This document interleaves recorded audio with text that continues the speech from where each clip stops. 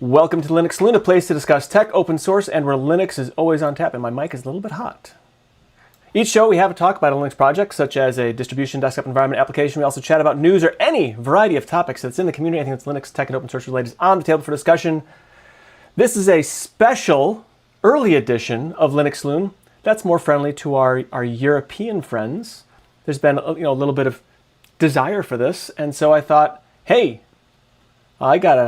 things are kind of clearing up on my end. Why not? So I'm Nate, a Linux fitness and vintage tech enthusiast with an almost unhealthy obsession with the OpenSUSE project. I don't have, OpenSUSE everywhere on me or anything like that. And with me today, I got a fantastic packed panel of people.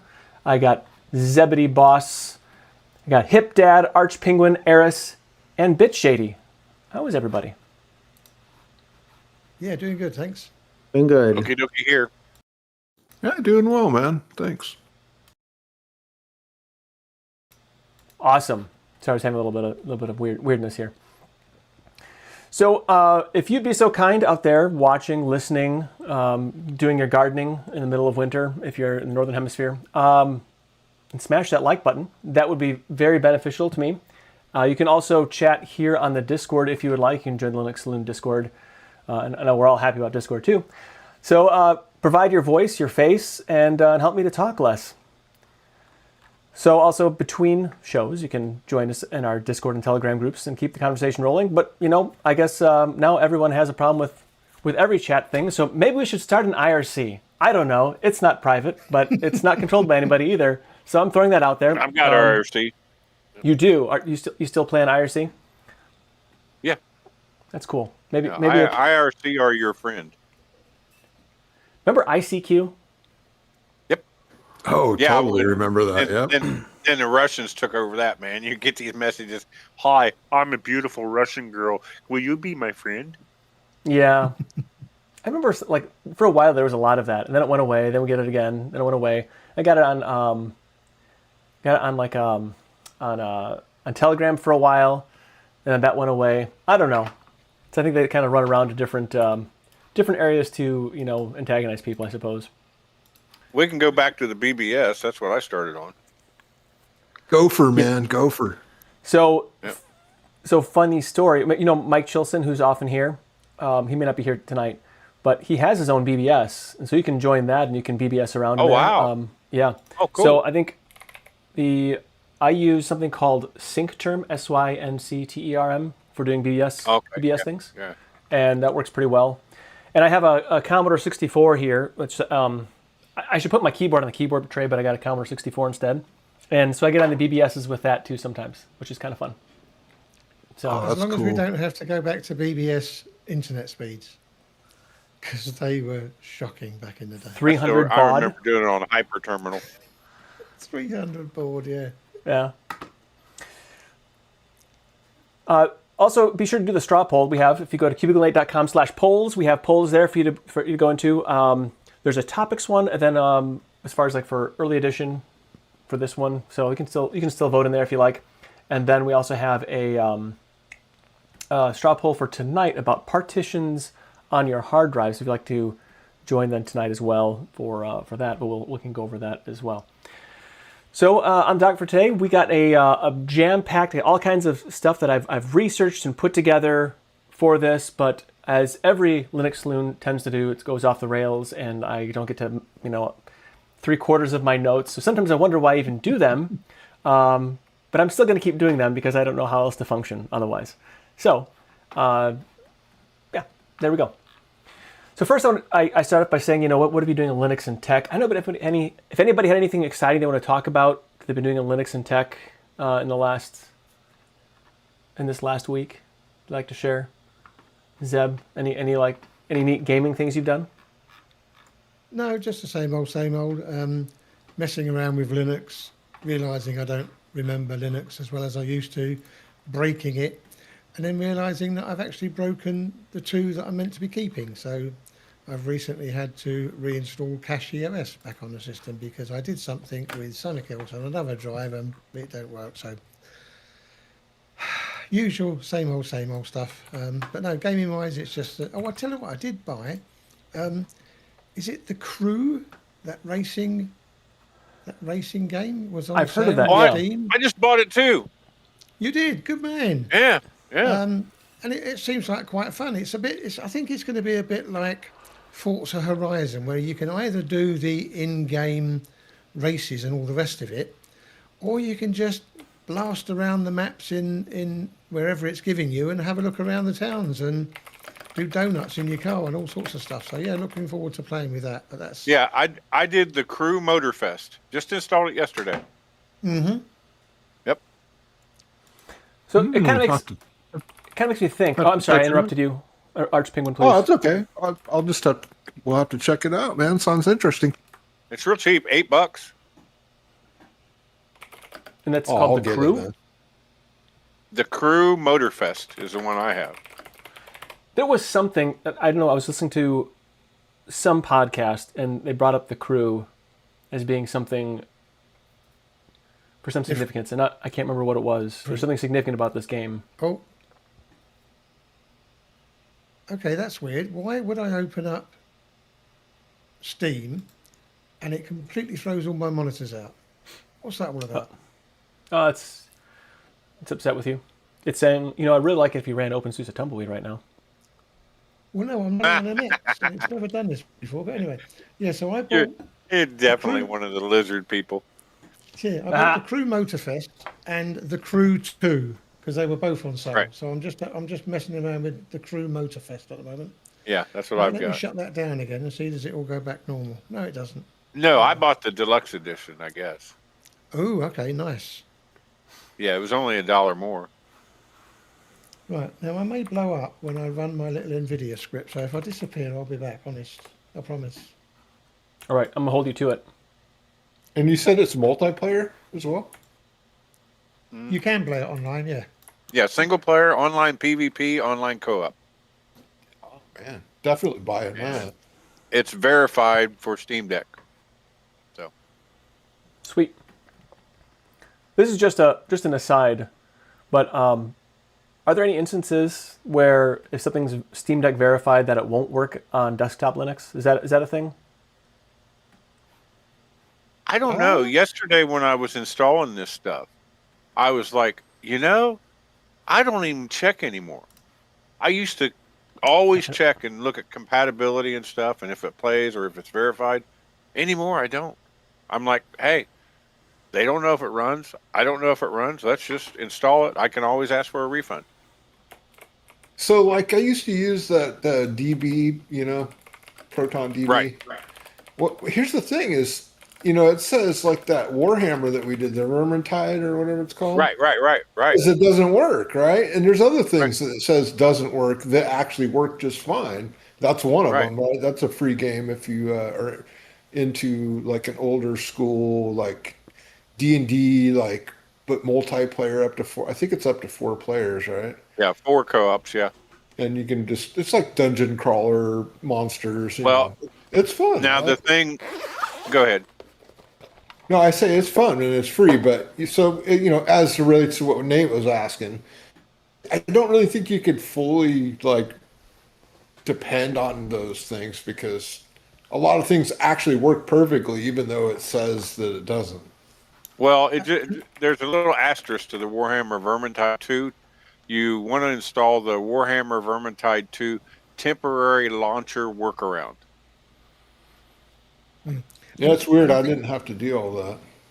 Yeah, and I think the problem we have at the moment, and it's a fantastic problem to have, is that Linux gaming has come along leaps and bounds in the last year. So is it any wonder that one particular database of people saying it does and doesn't work can't keep up? So I think the guy, I forget, I do apologise, I was busy sneezing. The guy who said, I just get it, install it, And if it works, I go. If it doesn't work, I try and work it out. And that's what a lot of users are doing nowadays. They're getting these games, and someone somewhere has found out how to get them work. And I think it's absolutely brilliant. It's the whole chicken and the egg problem we're talking about, like with Linux in general, was if there's no users using it, no software development's going to be developed for it, and if there's no software development on it, no users are going to be using it. So it's that whole, that cycle. And now that seems to be not so much the case anymore. So that the reasons to not use Linux has decreased, but there's other challenges, I guess you could say, in the Johan, probably, I'm guessing, he says except anti-cheat. Yeah, the anti-cheat is definitely definitely a stumbling block, but I think that's shrinking. Have you been to the site? Let's see, it's like something anti-cheat. Yeah, actually, I have a write-up on it. Not to plug myself at all, but here we are. So here's are we anti-cheat yet? Is actually that. I use my website as like my digital notebook. So like if I can't think of it, I can search that. That's why I use it. So it has what's supported, what's running, planned, broken, and denied. So there's currently 52 denied. Fortnite is one of them. But anyway. Well, and you bring up that Fortnite.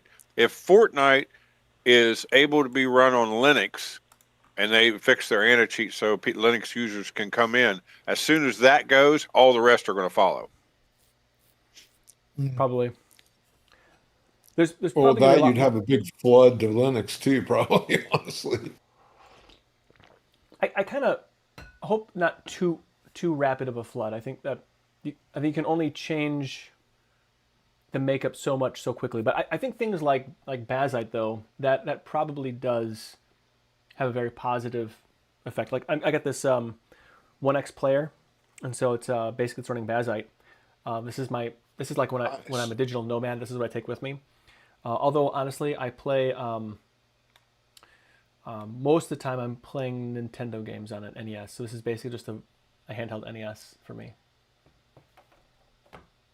But anyway, I think that kind of I think that this is actually a pretty good segue to go right into the our first topic, which you can check the straw poll on the. Actually, go into the straw poll here real quick on that, and so I was going to hit that up real quick. So on the straw poll, it was what topics we should cover, and just organically we just started talking about it. So I guess maybe that's a win, and it's displaying in reverse order from what I wanted. But hey, anyway, so the open source adoption, desktop adoption, and Windows migration tools, probably in gaming. And then also the second one, number 2 on this list, was Wayland and desktop environment for modern gaming.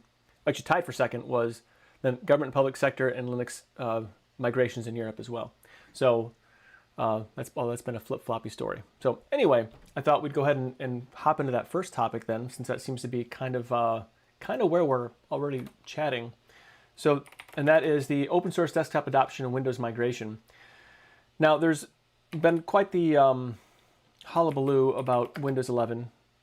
It's giving people headaches, and I think to some degree it has. In fact, the latest update that came down on Windows 11 and like the January 26th update, I think what it was, broke a lot of things, and so they had to, I don't know if anybody was affected by any of that.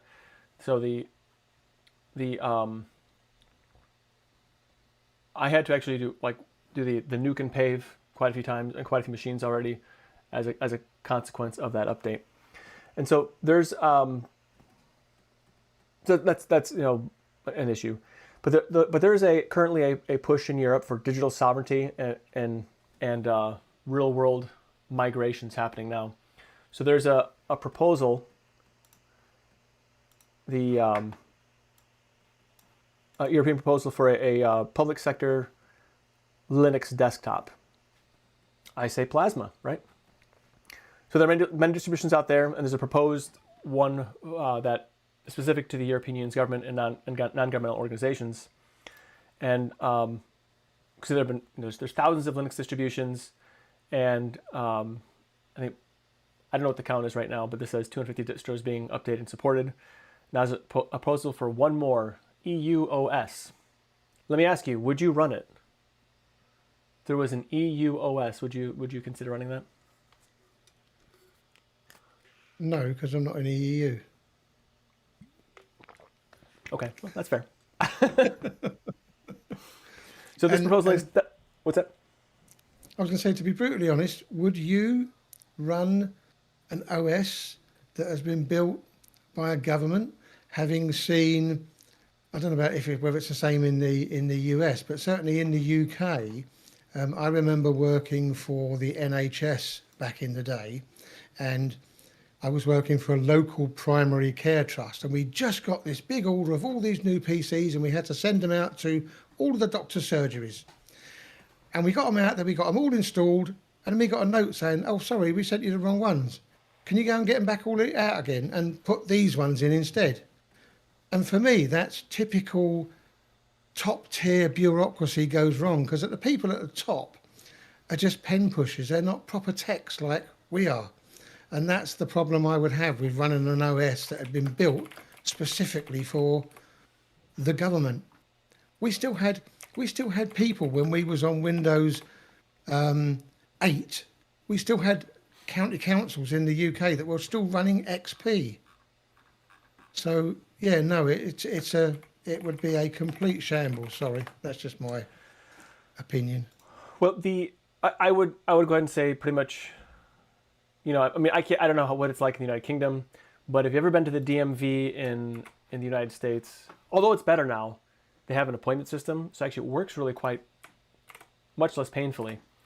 But it's never really a place you want to go. The services, I feel like the people who are working there generally don't want to be there, and it's kind of it's just not a lot of fun. So I can't imagine. I mean, in my mind, I would think any sort of if Europeans build an OS. Somehow it'll be over budget and won't work as well. That'd be my first guess on the development of it. Isn't OpenSUSE built by Europeans? It is, but not a government. It's built by the European community. Yeah. Just my family, immigrated from Germany. So Germany. Anyway. The proposed Linux desktop distribution is a community-led initiative, which that's cool, to create a standardized Linux desktop operating system tailored to European public sector organizations. The project, spearheaded by Robert Ryman of the European Data Protection Supervisor, aims to reduce reliance on proprietary software, particularly Microsoft Windows, which I think I say here, while enhancing security, cost, efficiency, and administrative control. So, the usual. EUOS is not a brand new Linux distribution in the traditional sense. Instead, it's a proof of concept built atop Fedora's immutable KDE plasma spin, Kinoite. Am I saying that right? I think that's what Eris uses. No, it's not what Eris uses. What does Eris use? I'm using Aurora. Kinoite, yeah, Kinoite is the correct term. Okay. For immutable plasma from Fedora. Oh, and what are you running? Aurora, and that's Aurora. From uBlue. They use the upstream Kinoite, and then they add other things like proprietary codecs. Oh, okay. So it takes a layered approach to customization. The project's vision is to provide a standard, adaptable Linux base that can be extended with national, regional, and sector-specific customizations, making it suitable for a wider range of European public sector needs. That's cool. This makes it different from the Gendubuntu, which was designed specifically for the French gendarmerie's needs. I don't know what that's. I don't know how to say. I don't speak French. Gendarmerie's? Je ne sais quoi? I don't know. So, despite the name, EUOS is not a European Union project. Oh, okay, well that's good. As the group says, but it's a goal to become a project of the European Commission in the future. Of course, this is far from the first attempt by the government-supported Linux distro. Others may include China's Ubuntu Kylin, Russia's Astra-Linux, and Germany's Linux. Some are far more successful than others. Chilin and Astra are both used on many desktops in their home countries. So I guess the big things there are layered customization, KDE Plasma Desktop, immutable base, deployment focus, and sovereignty and security. Now, because it's open source, everything could potentially be audited, but how many times are things actually audited? That would be another question. So I guess then, in some ways, if they're building it on top of Fedora's Kinoite, what's the point? Well, not only that, but as happens in the Linux world now, this organization comes up with this wonderful OS, and let's say it turns out to be really, really good. There'd be no reason that you don't want to use it. Other than the head of the IT department runs the whole of Germany, doesn't like Fedora, and then the French government prefers Ubuntu, and then the English government prefers anything that's broken, and then there are too many people at the heads of all these departments who couldn't come to a consensus if their life depended upon it. So it's a wonderful concept, but let's live in the real world. It's never going to happen. It's a bit like, was it Esperanto was meant to be the language of everybody? Who even remembers Esperanto now? I don't. Oh, yes, I do remember that. That was was that in the 70s? Esperanto is a constructed language that uses several languages, like little bits of the several languages to come up with one language. I don't think it was ever designed to be like a universal language. It was just like an interesting experiment more than anything. Yeah, but no, they wanted everybody in Europe to use it, so we had a common language in Europe. That was when England was part of Europe. But no, it's just wonderful concept, but let's get down to reality and live in the real world. It's never going to happen, unfortunately. Sorry to bring it down in that, Nate, but No, that's good. And Debbie Downer. No. Well, I like. So here's the way I look at it, Zeb. You're kind of you kind of bring us back down to earth, because I'm very idealistic, you could say. And so sometimes you're the kite string that keeps the whole thing, from flopping around and just falling ultimately. That's the way I look at it. So there's I noticed in this article at the very end, there's some observers note that future iterations may consider the European-backed distribution like OpenSUSE for deeper alignment with EU values, but Fedora and OpenSUSE are pretty much not to like spark any kind of flame war, but they're kind of a lot alike. So they're very close. Okay, and who may I ask? What was that last statement that he said again about the European? Read that last statement again that you just said. Some observers note that future iterations may consider European-backed distributions like OpenSUSE for deeper alignment with EU values. So who gave him the right to define what has EU values? Who are they to say what EU agrees with? Because the EU can't agree with anything, can they? Let's face it. They're having arguments all day long. That's why they've got this European Commission that sits there for hours and hours and hours and hours on end. And if you get an actual agreement out of it, it's like, yay, we've got a success. Yeah, but what about the 1,000 failures you had? The more people you get into a community, the more difficult it is to come to an agreement, to come in alignment. And that's true if ever you set up a forum. If you set up a forum of 50 people, you'll never get an agreement. Forum of 5 people, then it's a lot easier to get an agreement. And that's the problem when you're trying to produce an OS for the whole of Europe. It's vast.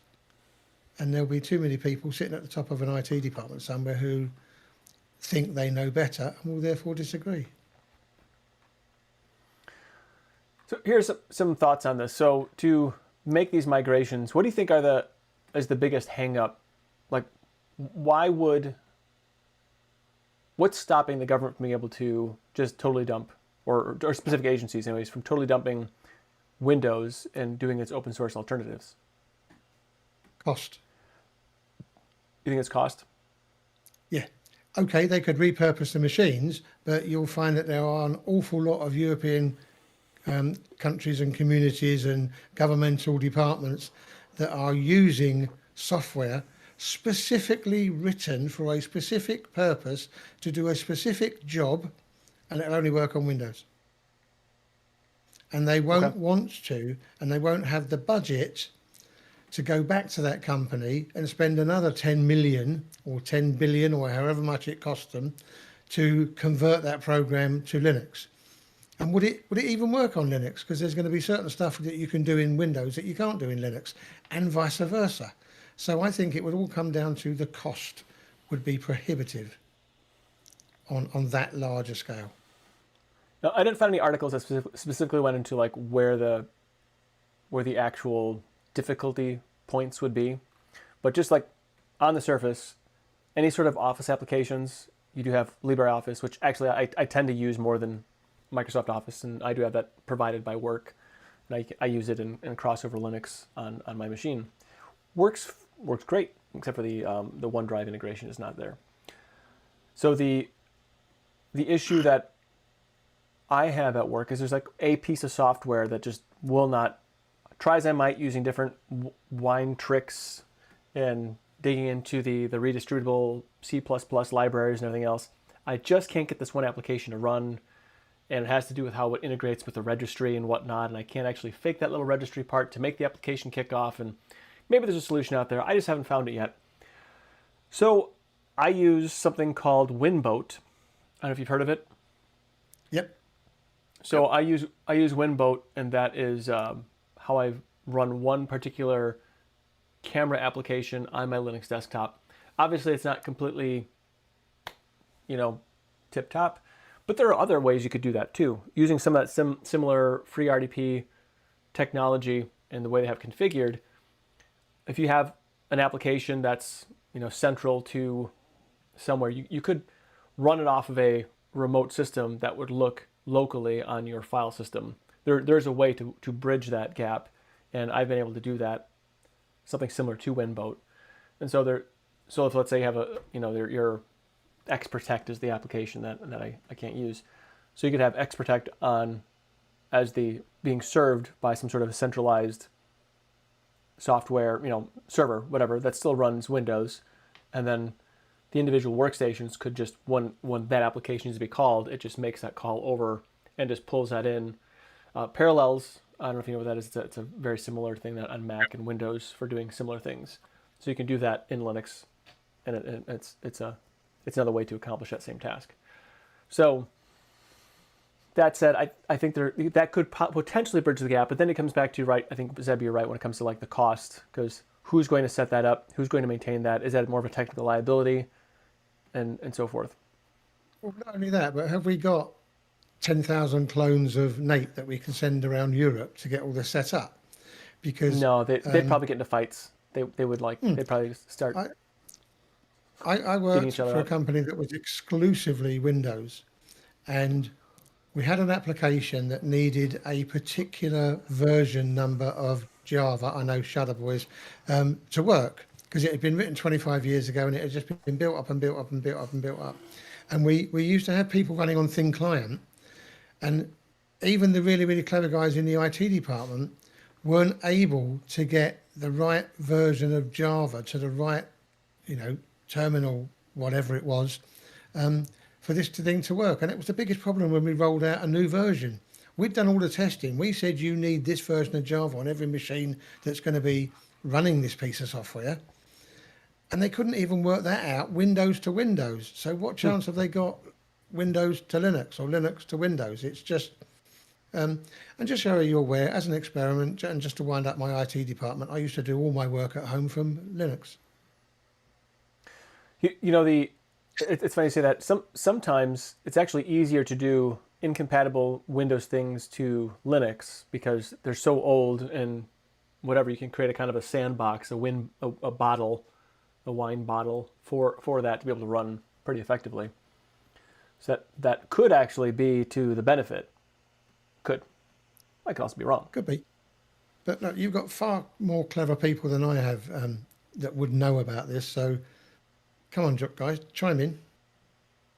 Well, I mean, he mentioned crossover. I've been with crossover since the early days. I was even in their IRC on, I forget what server it was, but was in their IRC, and the Code Weavers guys are one of the primary reasons that Proton exists, because they invested quite a bit of money into Wine, and they put in their input, and they have quite a bit of success. I mean, I always use crossover to play World of Warcraft, but I haven't played for a few years now, but I still subscribe to the crossover app.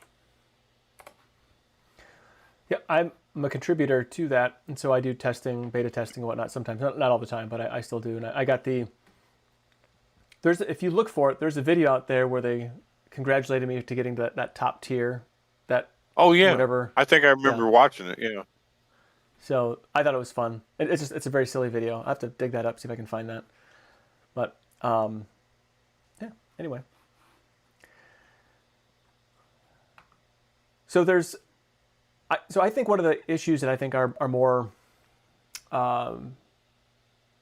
pressing than just the software issue is the centralized management piece. So, for instance, in where I work, we use Active Directory, and we use all of that to basically control and maintain all these machines. We have our infrastructure is all built around Windows machines. So if, let's say, somebody's machine blows up, I can just set up another machine to be on the domain and hand it to them. And once they log in, all the files that they had, boop, just magically goes right back to their system. And that to me is a little bit harder to, not impossible, but a little harder to do in the Linux world, where I can have a mixed environment and have that just work. I'm still working on that. I have to try and prove that out. But that would be another, in my view, another stumbling block for Linux adoption is when you have all the infrastructure built around specific, operating system things, that it makes it a lot harder to break away from that.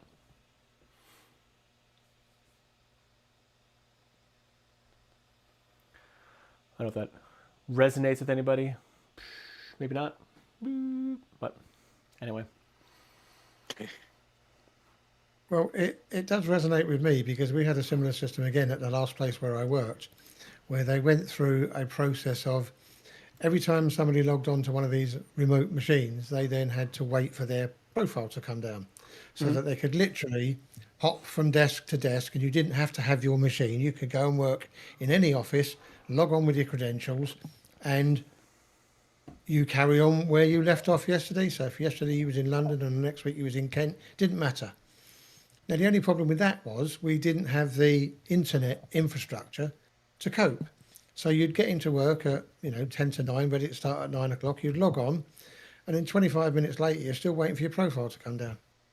You've got to make sure that you've got that total infrastructure for it to work. Now, it's obviously a hell of a lot easier nowadays because people have got much faster internet. But again, that might be another stumbling block if a company is across multiple sites and they haven't invested in their IT infrastructure, and they've only got then 100 megabit data going into that building where there's 50 users, and they're waiting for 50 profiles to come down every morning. You've got all that sort of stuff to consider as well. Yeah, there's something similar in Unix land. When I worked at one of my first corporate job that I had, it was all on Unix stations. So I had my home Unix station, but if I went to another machine, my data was on that physical box, but the other machine would basically take and mount that information over some sort of like a yellow pages type system. I don't know. I never actually understood how it worked. And then it would be using the network to basically do the file back to the home machine. And so if I were to move someplace permanently, they would then migrate all the data over. But if I was just there for one period of time, or not, just for a short period of time, then I could just use that, my files or whatever. So that was another interesting way, I think, of accomplishing that task as well. So there's, I think, full scale for me says having your home directory on the LAN sidesteps local storage issues. Yeah, but what happens if you're disconnected? Like you have a laptop and you're going to be mobile. How would you do that? How would you accomplish that task? I guess would be. Would you have some sort of a syncing policy? I don't know. Seems like I'm thinking about this. It would not be as immediate, but if you had like a user profile built so that when you set up a new user, it automatically had like all the synchronization bits set up so that it could immediately just start syncing your stuff down from a centralized point or however. Like what I do for me, like when I set up a new computer for me, or a computer, and I'm going to use it, I would have access to all my data. So I have stuff that just lives on the server and stuff that lives locally, and any of the stuff that lives locally on the computer, I have that synchronized. So my lab computer and my framework are actively syncing with SyncThing, and that's how I keep the data synchronized between them, so I can pick up and move over there in a similar way, but not quite as slick. I think it's a little more kludgy, I think. So anyway, My previous employer, I worked at a college and had to control the HVAC systems, and I monitored them all the time, and so I had to learn how to monitor them from home. And I started out using TeamViewer, okay. and then they ended up going to a VPN. So I found that the VPN was easier because it synced up pretty quick. But I didn't have to take any data. I was just monitoring temperatures, airflow, that type of situation. But remote desktop in Linux, flawless. It's easy to set up and it just works. Best on VPN. I will say I have a little bit of hit and miss with like RDP in Linux. So it'll work and then it'll stop working. And that can be very annoying, again, from like a desktop support aspect, to not be able to RDP into something. VNC always seems to be tip-top. I don't have any problems with that. Yeah, I never really had any problem connecting unless it was an actual connection issue. But one of the things I did is I piggybacked. I would log into my computer, which could see all the other remote systems. I could log in from there with the remote desktop. So I just go and activate it on the computer at the office, and I would have access to all the other computers on the campus. Right. But yeah, I'm just, the main suggestion I have is if you have a VPN, it's going to be a lot more beneficial to the whole company. Sure. Have you played with Tailscale at all? Nope. I don't have a need to now since I'm retired. Well, Tailscale is fun. And if you ever leave your house, then yes, you have a need for Tailscale. So it's a virtual network that exists, like it's it runs, like you have access to stuff in perpetuity. There are different ways to configure it, but what's neat about it is, so when I'm away from home or work, actually I use Tailscale now at work. In fact, we've actually adopted Tailscale fully between the different sites, so that we can, especially those of us that are remote, or I have to work in both plants at once. Sometimes if I'm in either plant working for the other plant, or at home, like this morning, right, I have to be able to get into systems, and so we have other ways also to mitigate just access to things as well. So I can't actually access any of these the core systems without using a jump box. So I have to jump and then I can get into it, and using Firefox with a SOX connection actually fixes that. Anyway, okay. That said, there's a lot of really neat things that Tailscale has really opened up for me to be able to have that virtual network as well, that virtual private network. It's really neat, and they're still adding features and whatnot. So anyway, I would check that out, just to play with You know, if you're ever away from home, get a laptop, Right. and you're able to access your server at home.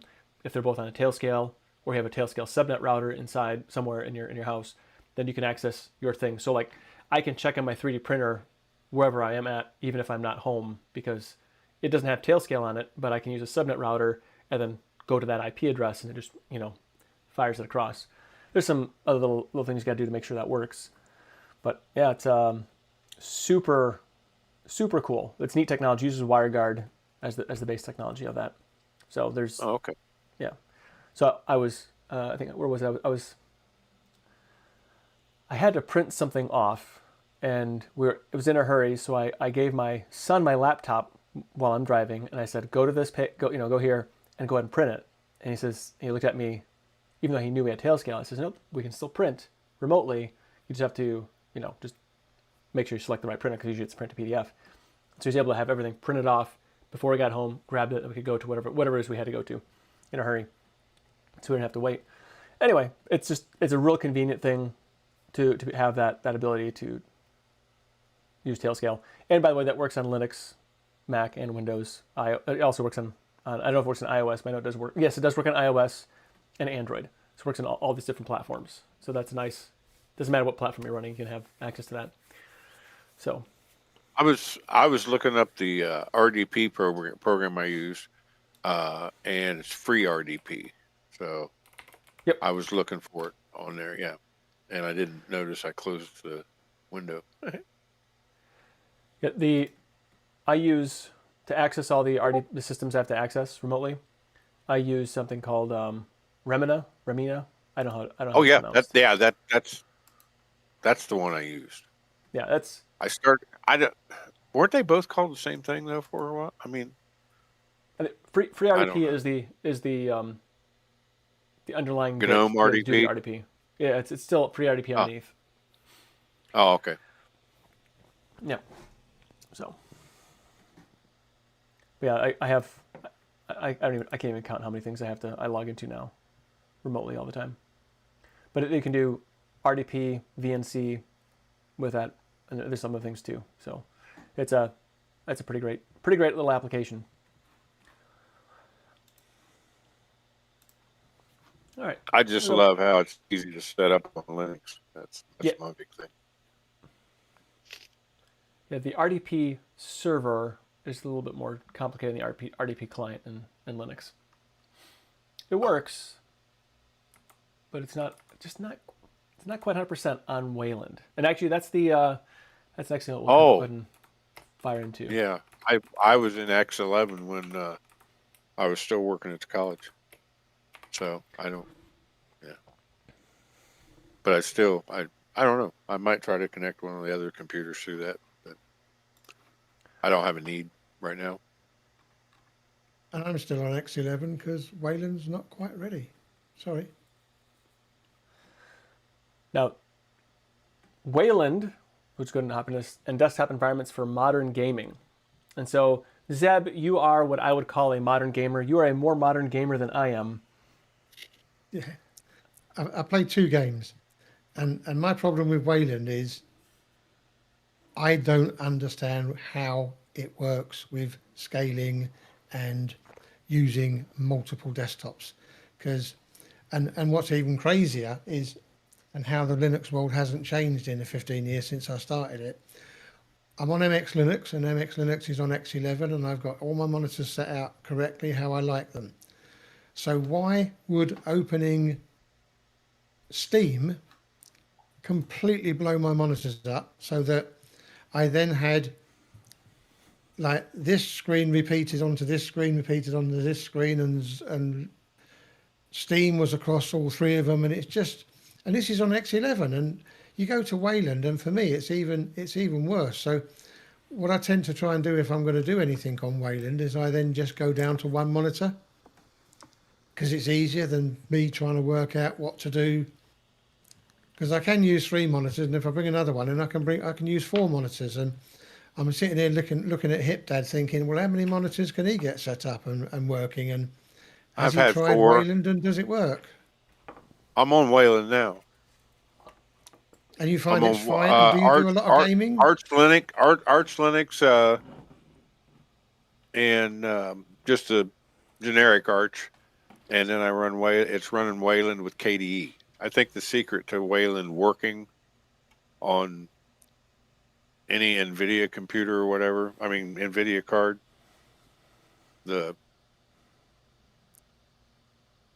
You must Just use wait. the KDE version, yeah? yeah, KDE. Yep. Yeah, So- that helps a lot. They do a lot of extra like little magic tricks in the background to get all that stuff working right.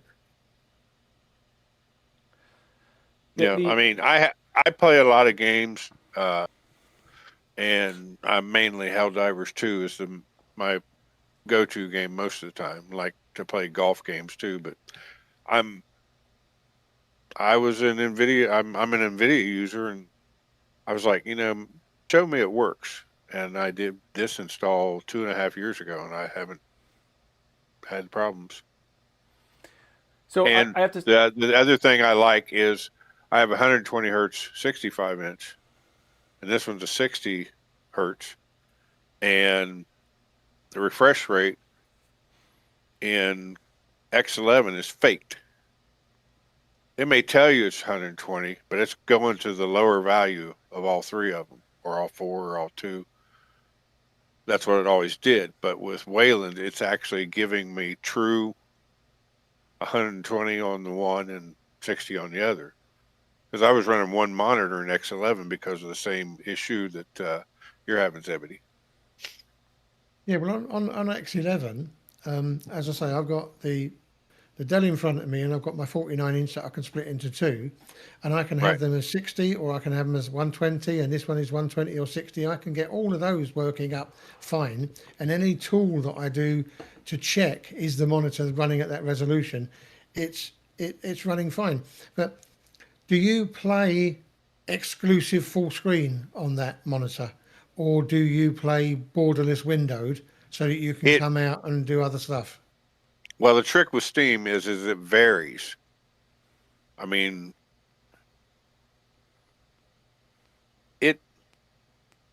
Yeah, kind of per game. Depends on the game. oh no, I was trying to make my issue and I blanked out. Thank you, being elderly. Sometimes Steam, you'll be running a game, and you have to, in order to get it to either load the proper resolution and stuff, you have to trick it. Sometimes it wants you to run the game in full screen and it'll work perfectly. Then other times it wants you to run it in windowed. Then other times it wants you to run in full screen windowed borderless. And you have to flip between the three to find out which one works in order to get certain games to actually get through the login screen and everything.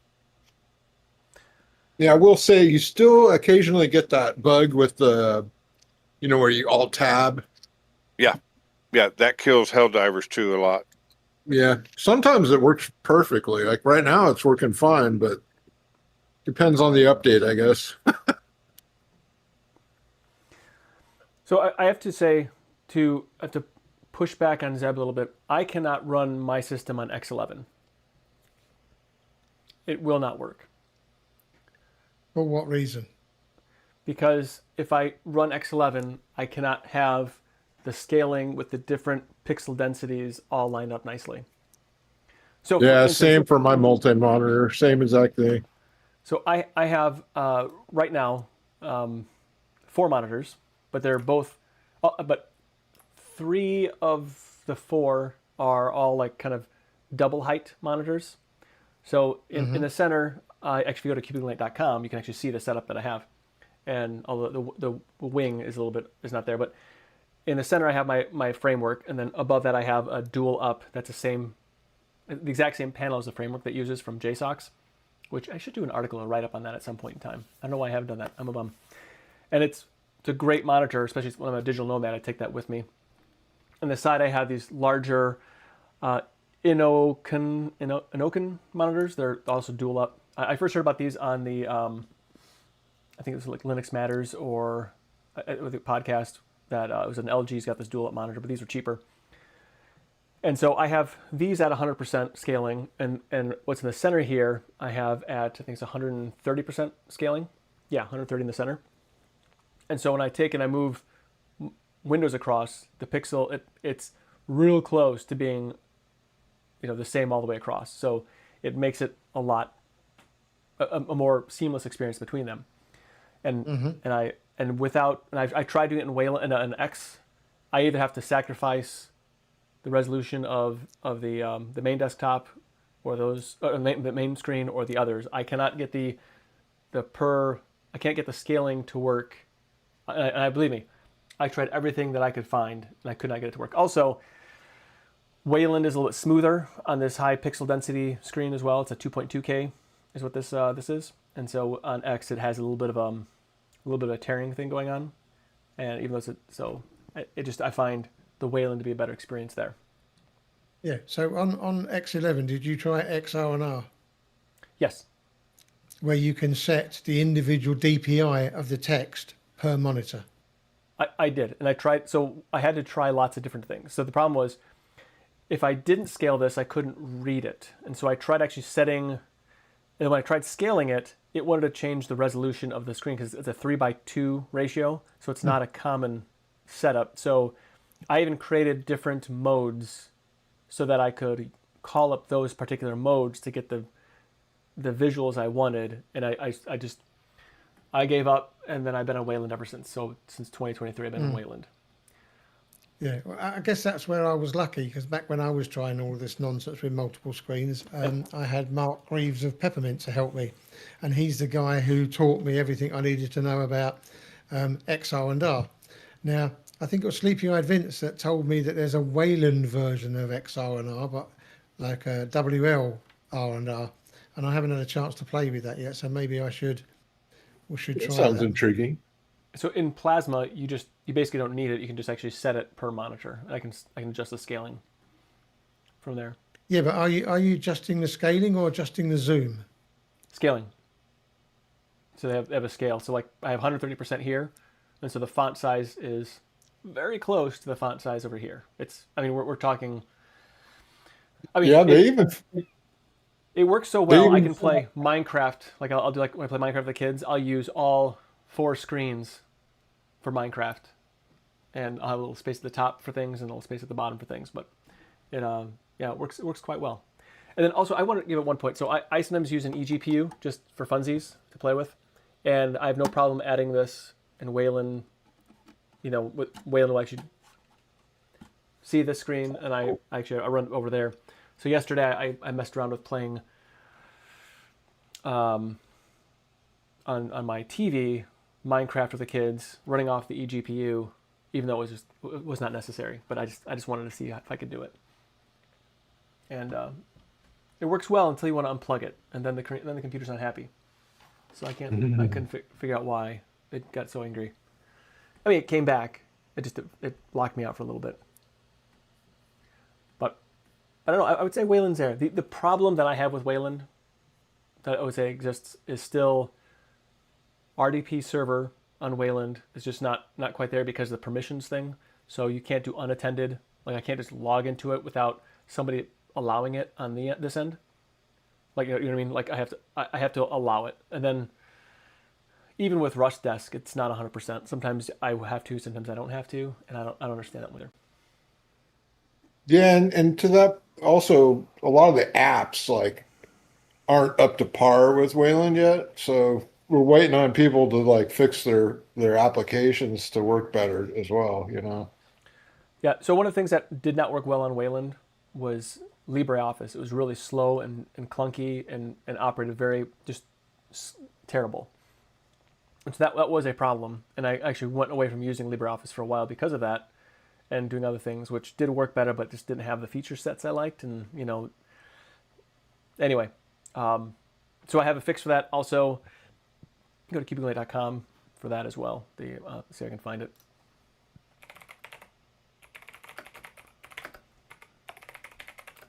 I think the more that it gets adopted and the more that people actually like write with it in mind, their applications with this in mind, it's going to get a lot better. It already has. I've I can remember, I'm like, yeah, I'm not switching to Wayland ever, but eventually it got better, and Yeah, 100%. It's probably. Oh, sorry, that's my. Go away. I thought I'd put that. Do not disturb. Yeah, Wayland has got to the point now where I can use it and I can put up with its foibles. And considering it's only been around, what, 10, 12 years, it's done incredibly well when you consider that X11 was around for like 40 odd years. I know it's crazy. But as somebody pointed out in chat, I think the problem we've got with Wayland at the moment is that each distro seems to have its own interpretation of how to implement it. So when you jump from one version of Wayland to another distro that's got Wayland, what worked on A doesn't work on B. So there's sort of the understanding that Wayland it's the old Linux adage: when is a standard not a standard? When it's run on Linux. Well, we have standards for the standards, so that you can have a new standard for a standard that we already had a standard for, but wasn't the right standard.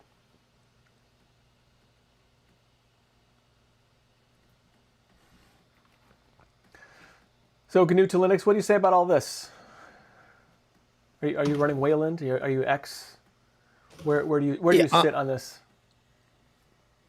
I am using Linux Mint, of course, so I am content sticking with X11. I'm in no rush to embrace Wayland. If and when it happens, I'm sure it'll be mature, and if Mint and Cinnamon specifically work with it, then so be it. But I don't really feel the need to experiment, so when it happens, it happens.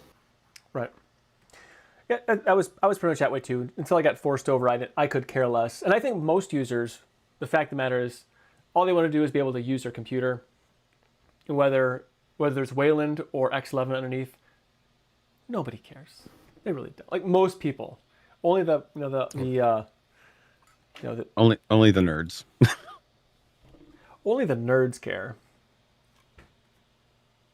Or if you have a piece of software that has problems, like some of you guys with your multiple screens and very specific things, then it becomes an issue when it's affecting your workflow. By the way, I saw this stream pop up. I guess I didn't check the Discord closely enough. Early show? Are you also doing a show tonight?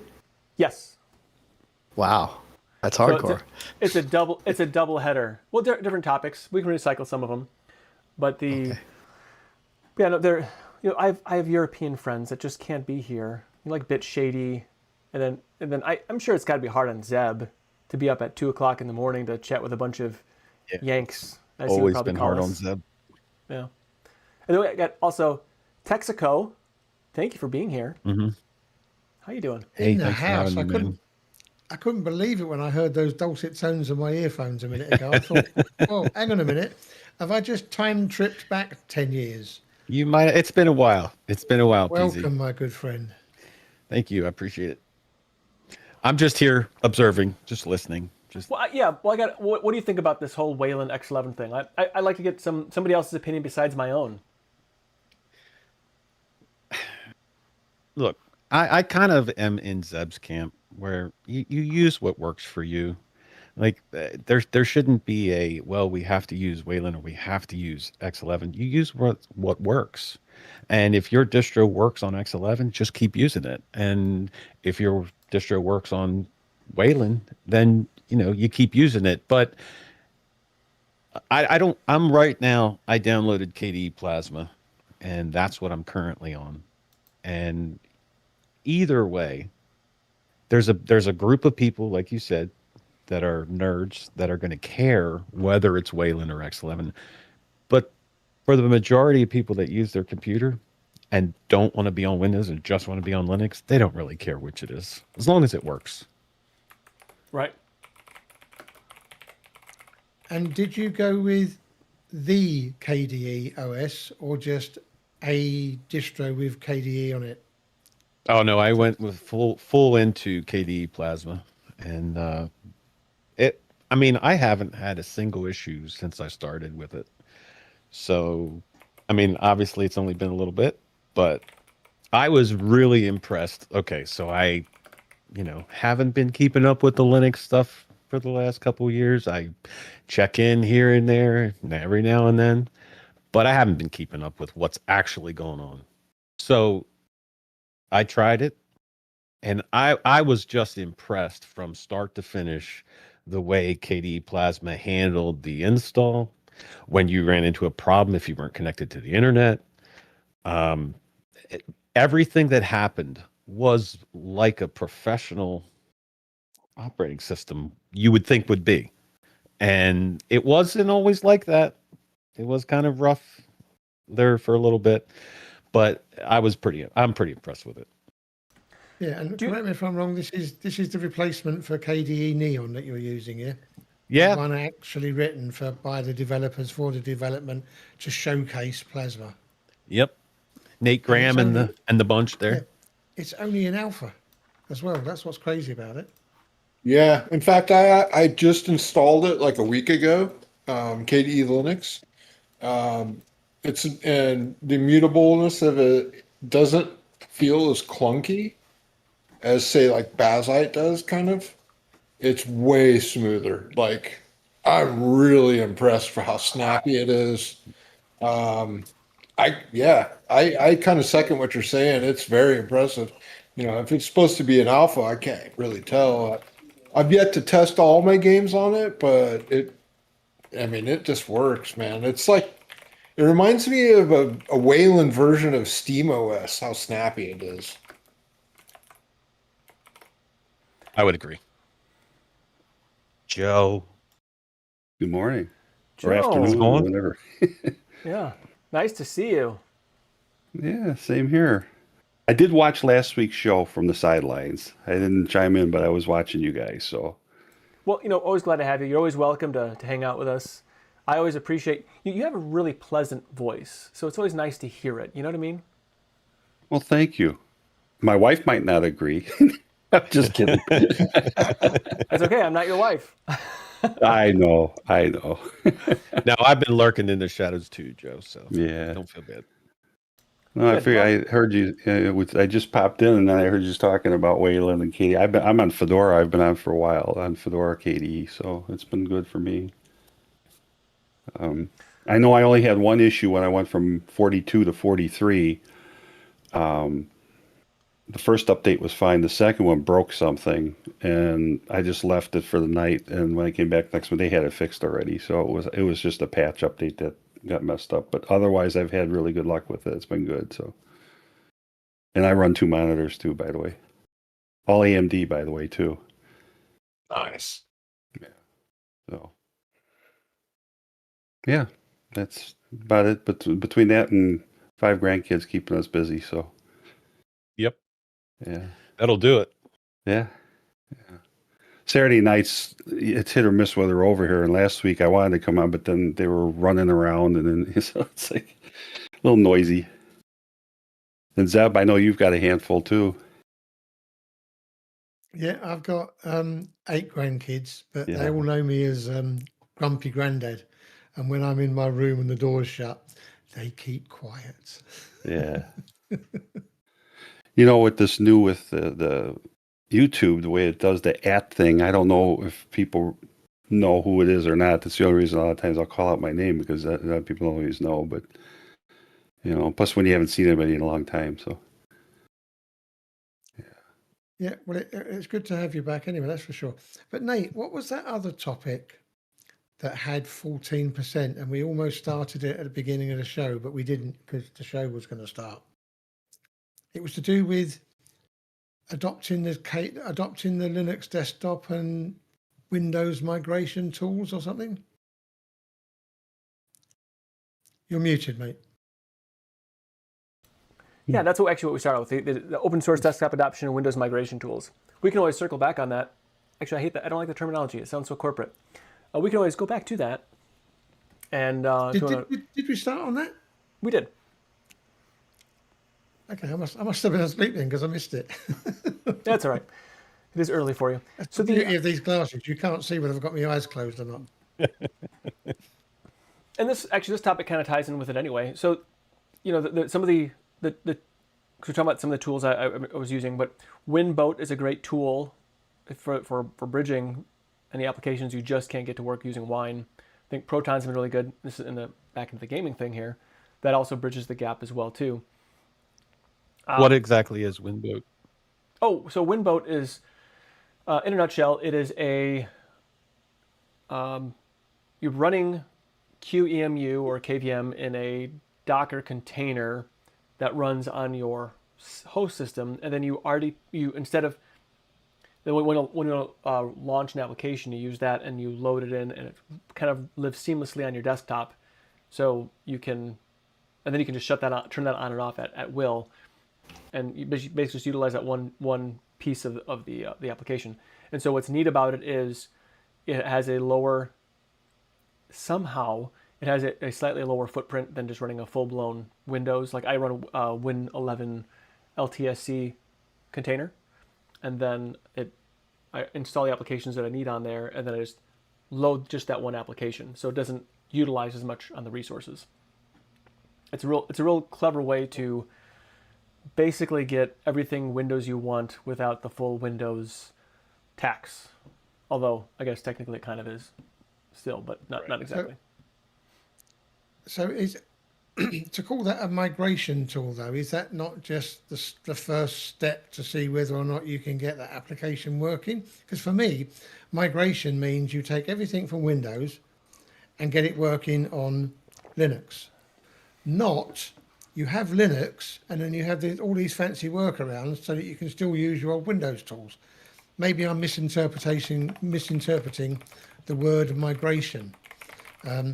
So for me, what you're explaining is just a stepping stone to see whether you can get it to work while somebody else migrates it as from being a Windows program to a Linux program. Or am I misreading the topic? I'm misunderstanding the topic.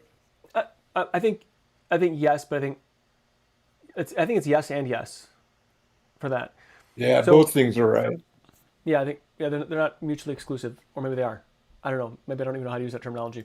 Anyway, so I work in an environment. It's a Microsoft Office 365 environment. That's just what it is. Everything is Microsoft centric. We do have some Linux servers, quite a few of them actually, but most things really are Windows. And so what I did was when I first started as an IT manager in this organization, I just ran everything on Windows. I said I just need to get comfortable with utilizing Windows and using the tools and being as much of an expert as I can in how all these systems work together. And over time, I started migrating and making that move from being on a Windows desktop to being completely on a Linux desktop. Now, it took about a year to get to this point where I work, but I put an article in the chat. But so I have like nearly seamless integration by running my OpenSUSE Tumbleweed machine, in this environment. So the things that were really important were like Outlook, Teams, Edge. Although most of the people who work there do not like Microsoft Edge, and I don't seem to have the same sort of umbrage with it that they do. So Chrome is what we use primarily, and obviously we have Chrome on Linux. OneDrive, and then the Remote Desktop Client, which actually we talked about the Remote Desktop Client with HipDad a while ago. And then kind of what works well. So for instance, if I needed to operate just real easily, I could run something called Prospect Mail. Essentially it's a Linux Outlook client.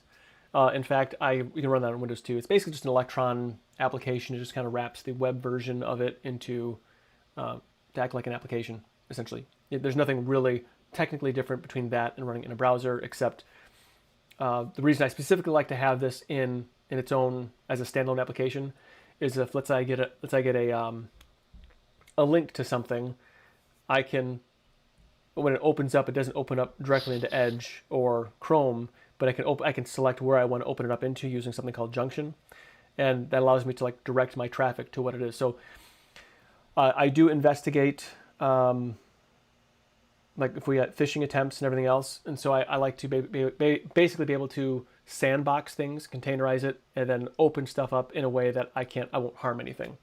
And so I do a lot of that as well. And that's why I want this as a standalone application.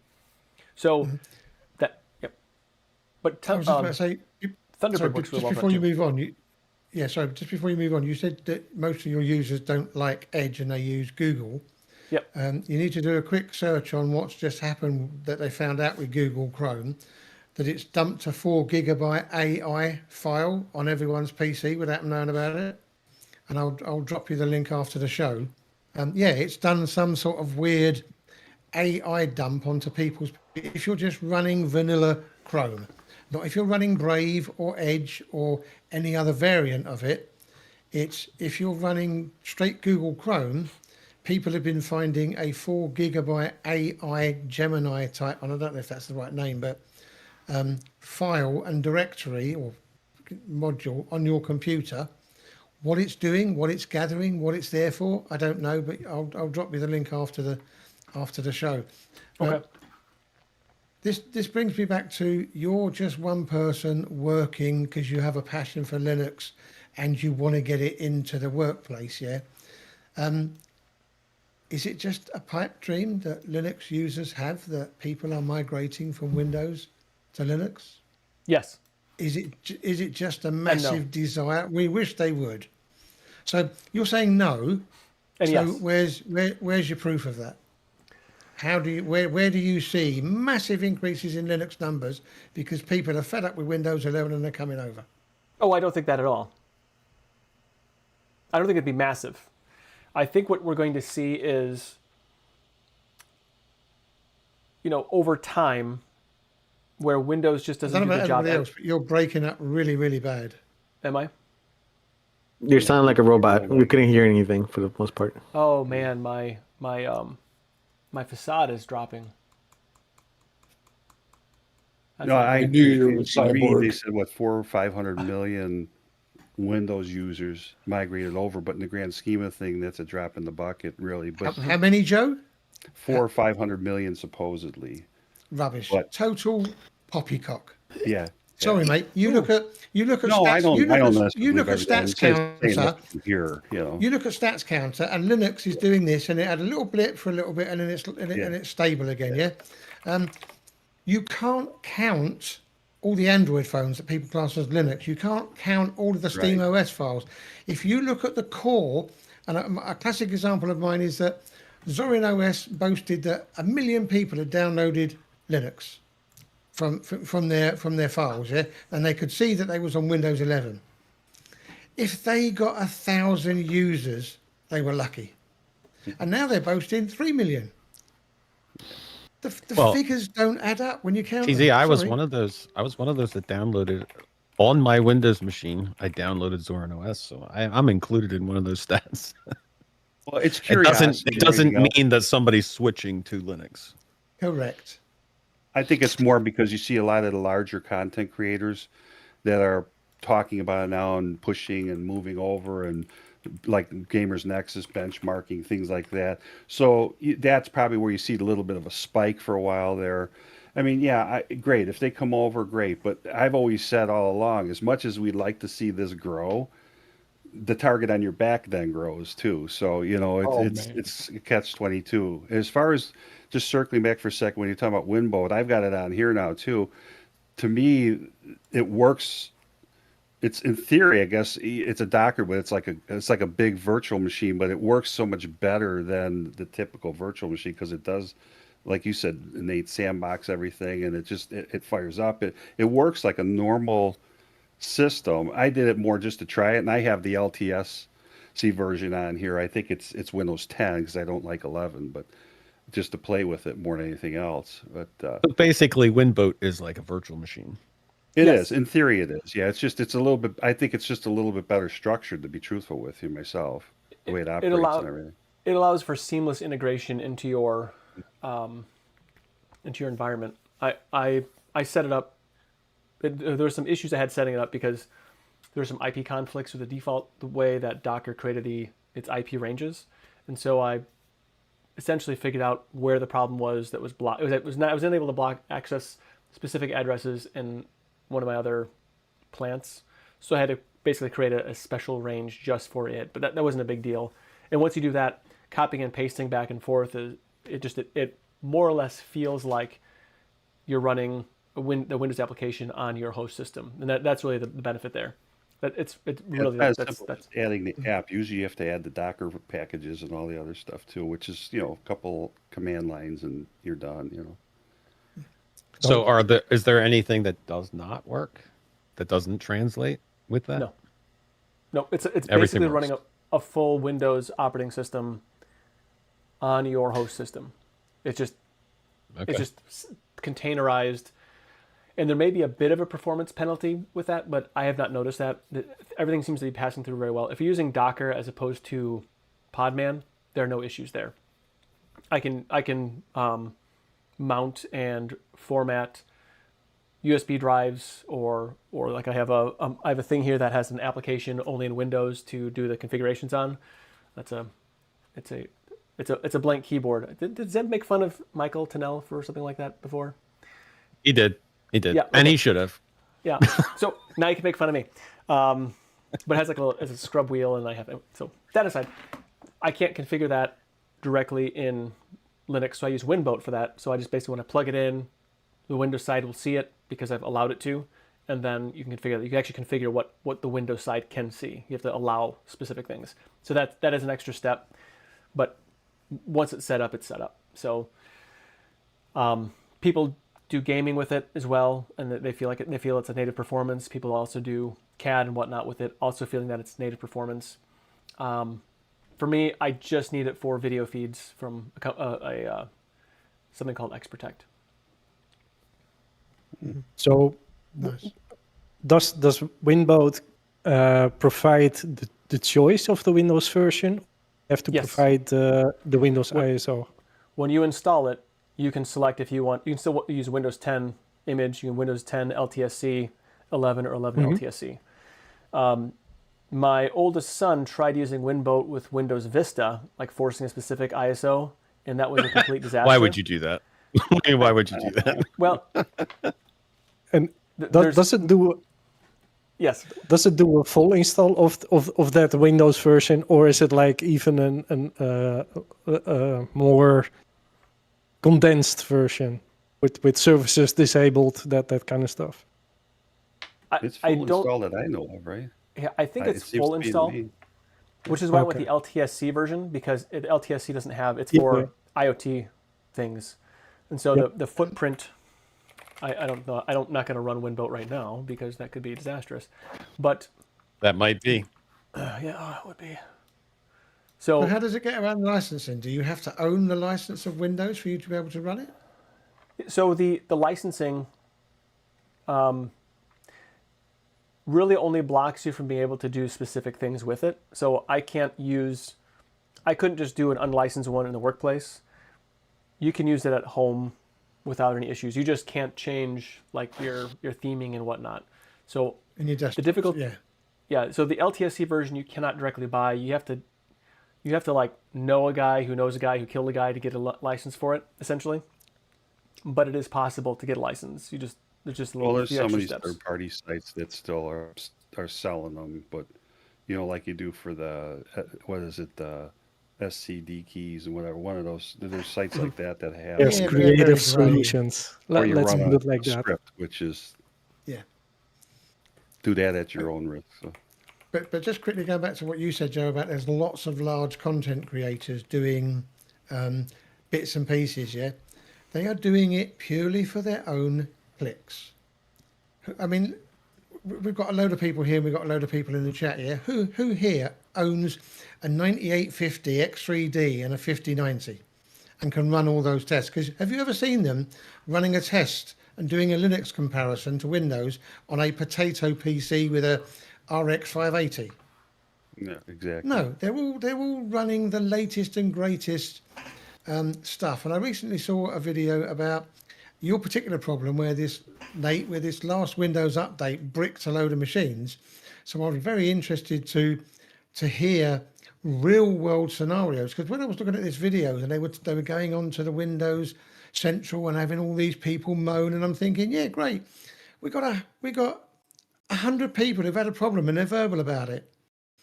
What about the other 48 billion who didn't have a problem? Mhm. It's Well, whoever shouts loudest gets the most attention. And an awful lot of these Windows problems, I must be one of those lucky ones, because in all of the years that I've run Windows, and I'm talking about going right the way back to the original Windows 1, up until now, and even through Vista, and I loved Vista, it's probably the best operating system they ever did, and I wait to be lambasted about it. wow, PZ. I've never had Windows blow up on me following an update. I've had updates fail where it had to roll back because it couldn't implement it, but that was due to when they suddenly wanted you to have a 700 megabyte recovery file, not a 200 megabyte one that they originally gave you, and then gave you all these weird commands in DOS to fix it. I just waited for them to fix it. So yeah, I understand that people have a lot of problems, but it's nowhere near the majority of people, and it's blown out of all proportion. Sorry. Yeah, that one That's, update again, that they ran on, what was it, Windows, was it Windows 10 or 11? I can't remember, where it was making drives disappear, but that was only specific niche cases and specific type drives and things like that. And at that point, there was no real workaround for it. Windows was like, you're on your own, we're not doing anything. Well, then I think they got enough heat about it, and they finally did put a patch out. I mean, I'm still running Windows 10 for my accounting computer over there. I stay offline with it. I did disable all the telemetry. I went into, change policies and stuff like that for the migration of time that I go on to download a few files from a specific site, and then I just shut the internet off. I run it old school, like back in the 90s before there was internet, so, and I'm happy with it. But for me, I'm 99.9% of the time on Linux, but my opinion, whether I like Windows or not, shouldn't matter. It's the right tool. We've always said this on this show, even back in the early days, that you use the right tool for the job, and it's whatever people use that works for them that matters. Who cares what somebody else is using, right? Yeah, amen to that. Yeah, and do you know what caused that problem with the disappearing NVMe drives and the SSDs? It was Pfizer sending out half a dozen different models and keeping an old, outdated, I don't know whether you want to call them BIOS for the NVMe drive, that Yeah. Windows said, no, you can't use this. And the way it was fixed is that everybody had to update the hardware to have the latest version of that software that runs the NVMe drive. And then all of a sudden, all these disks came back. So, big bad Windows update caused all these problems. And it was actually Pfizer sending you out a dodgy SSD that still had a wrong BIOS on it, or whatever you want to call it, a firmware. That's the word I was looking for. It had the wrong firmware on it. You know Well, what? I'll add on to that. It doesn't matter what OS you're on. One of the things I noticed, even with Linux, I put my wife on Linux. It's going on 6 years now. And when I first put her on, I put on her work laptop for 2 years before I changed her desktop over. But I do notice she sometimes is guilty of it, like a lot of people. The first thing they want to do if you have a hiccup, they want to blame the operating system. If you're going online and something's not working, you could have a pop-up ad that's, if you got ad blockers or whatever. There's all kinds of factors in there that cause problems. But the first thing that wants to be done is the OS is the problem all the time. And I don't agree with that. I always tease and I say, well, usually the problem's between the keyboard and the seat, so. Well, Yeah, I'll just add on to that. I'm sorry. Go ahead. I was just going to interject about a few of the things that were just being discussed. Number one, I think Winboat is cool. I haven't tried it. I like the idea of it. I don't think if I needed it, I haven't done it yet, because the one Windows program that I use almost daily runs perfectly well in Wine on Linux Mint. And I even got it running on Ghost BSD with Wine. So, because it's a very simple old 32-bit program, and as long as you have all the Wine Proton and the old dependencies and all that stuff, it just works on any operating system because it's simple enough to work without, having Wine. I don't think there's anything wrong with running one or two Windows programs on Linux or on any other operating system if there's something that works for you, I wouldn't use something fundamental like a browser or a file manager or a chat program. I mean, there's enough Linux alternatives that you have many other options. But if you're running some game or some utility or something that just does not exist on Linux, and there's nothing wrong with that. If I needed to, I would be open to using Winboat for that.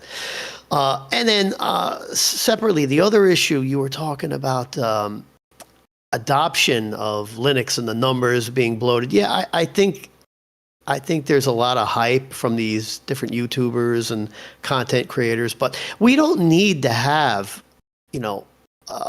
a gigantic influx of Windows users coming to Linux as long as there's slow and steady progress, which I think has been the case, and more mind share and acceptance, even if it goes from 3 to 4% to 5%, supposedly is somewhere where we're at now.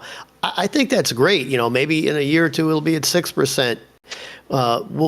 Mac is only 14 or 15% of the market, Mac desktop. So, it's not that dramatic a difference. I mean, it's triple basically, but still it's significant enough that, we should feel safe and secure. We don't need to have like this massive rush of Windows users coming over to feel like, hey, we have a future. We know we have a future, and I think the trend is positive. I even got my 82-year-old father on Linux because he had a Linux Mint specifically because he had a very underpowered cheap laptop that he bought that ran like dog doo-doo with Linux, with Windows 10 and 11 and an old PC desktop, and they work just fine. He's totally content with it.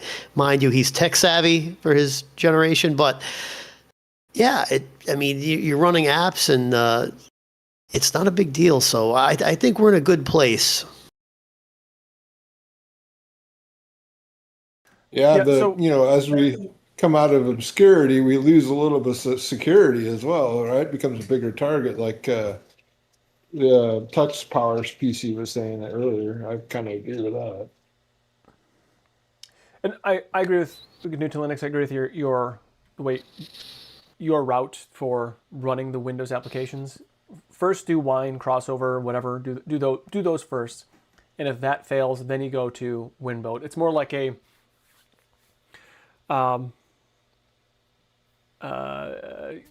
it's a higher level of, it's a bigger hammer basically to solve the problem. And so if you can do it with a much smaller footprint, do that first. So that's I don't even use Winboat every day. I only use it when I need to access something specific, and that's it. So most of the time, I don't even use it. The Docker image is not set to auto start when the computer does. It's always off until I need it. Then I turn it on, run the application, and then when I'm done with the application, I turn it back off. So Crossover is by far more convenient. I've really tried to go, every once in a while I'll try and install it, see if I can figure something else out. But I've only got so much time I can vote to it at any point in time. But yeah, no, I think your strategy is absolutely spot on. I wouldn't change that way of going about it. It's just for those specific cases. Like if you're running like the Adobe Creative Suite, you have to have that for work, or you're running something else that you really need that to work, then you can use it. If you want to use Office with the OneDrive integrations, then you could probably use it there as well. I personally don't do that, but I mean that's obviously a way to do it as well. So, yeah. And to your point, Nate, it comes back to what we're talking about with the tools. The only way my wife right now, she's a 24-year veteran in real estate, okay? And she's a very busy person. And the reason why I took my time migrating her over, 2 years worth, I put her on Mint, is because most of her stuff is web-based. Now, if there was a specific Windows-based tool, there could potentially be a problem. So that's why I left Windows on her other machine initially, to make sure that wasn't an issue. And so far, they haven't had anything like that. And she actually has had very minimal problems from, compared to some people in her office. Some run Mac, some run Windows. And I did make a comment in here earlier about it's interesting how they're always talking about, if you're going to Linux, Mint is the most Windows-like. It's always the Windows comparison, when in fact Mac, you never hear that because it's basically the same underlying system. Coincidentally, I had got her a Lenovo, a Yoga, when she had broke the screen on her work laptop, and I didn't know how long it would take to get the back. It was actually the back cover that holds to the hinges. So I bought her that laptop. Well, the screen came in before the laptop got here, and I fixed it in 20 minutes, and she's still using it. Well, I put Mint on that, and it's newer hardware, but when you go to do an update, the screen will then, after you reboot, dim. And it's kind of a nuisance. It's not that it doesn't work on there. It's just there's something with it that it doesn't like. So I actually put KDE on there I put Fedora on there. But, again, it comes down to the distro, the machine you're using it on. I mean, there's so many variables. So, and it's the same thing with Windows. You try to put Windows, it'll run on a 15-year-old laptop or whatever. Well, sure it will. But then try to do some other things on there that require, especially newer applications that require newer hardware. Then what's going to happen? So, it is what it is, I guess, There's no system's going to be perfect, I guess is what I'm saying. And Mac has had the same thing. My son-in-law has updated versions of his Mac and had it brick it, where he had to go take it up to the Apple store and have him fix it because they had an issue with it. He's had that happen twice.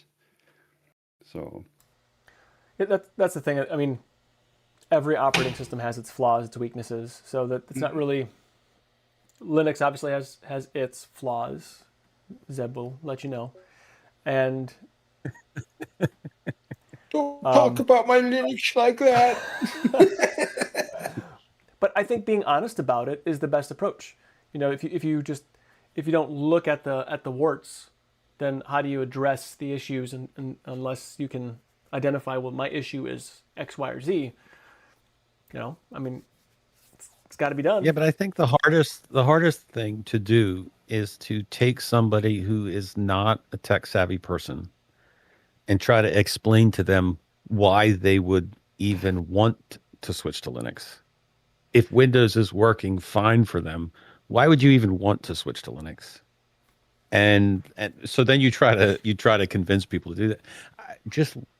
I guess my point is just let them use what they want to use. If they want to use Windows, let them use Windows. And we're fine in the Linux community with the amount of people that we have. As going back to what Zeb said about the numbers and everything, the numbers are it's clickbait titles that they put these articles out. Oh, everybody's switching to Linux. Windows is terrible and this and that. Windows has had those type of headline articles ever since they started. Ever since they started, there's been this apocalypse coming that everybody's switching off of Windows, and it still doesn't happen because most general people don't care enough. It's a few tech people, it's a few savvy people that care, and then they switch to Linux, and that's great. And what GNU said was, we're fine with the numbers we have. We don't need like billions of people using Linux. So I keep wondering, let's say Linux gets millions and millions of users, so that entices commercial companies as well to probably start making applications for Linux. And I'm scared that those applications will include like ads and telemetry and all kinds of the shit that comes with commercial applications, basically. And I think, like GNU said earlier, I think Linux is in a very good state right now, and it's still excluding those commercial apps. And yes, it's a disadvantage for the people who want to use Adobe solutions, for example. I get that, but for me, right now, it's bliss. I'm not gonna lie. The other thing too is you're talking about this. One of the things I don't know if you heard, like California now. I just saw a video on it from. Oh God, Mudahar is his name. I watch him, and I did look up the articles. Apparently, they're trying because of this age verification. They're trying to move into the operating systems. They're even mentioning Linux, which, like he said, it's going to be an issue that or a law if it even makes it all the way through is not going to be really enforceable and all this other stuff. Now, to your point about AI and Google, I know that there's been some circulation of information where you go into your Google settings and they're on by default, but you turn off all the AI because it's scraping all your emails and all that stuff to collect the information. And they did that without telling anybody. So I don't know how many of you knew about that too, but that's some of the AI stuff that they're doing. And they're talking about aren't there some distros too that have been talking about trying to play with a little bit of AI in here too or whatever, which I don't know how I feel about that right now. Earlier this week, I saw Deepin has some AI integration going on. Well, there's no surprise there with Deepin then, I guess. Yeah, Deepin is already, Questionable. There's a number of Linux distributions out there that are now integrating and starting to consider using AI in their systems. It's unfortunately the way of the future. What we've got to hope for is like Mozilla Firefox has just done. They had all this AI nonsense go in, but their latest update means that you can now go in and turn it all off. Yeah, Brave too, right? Yeah.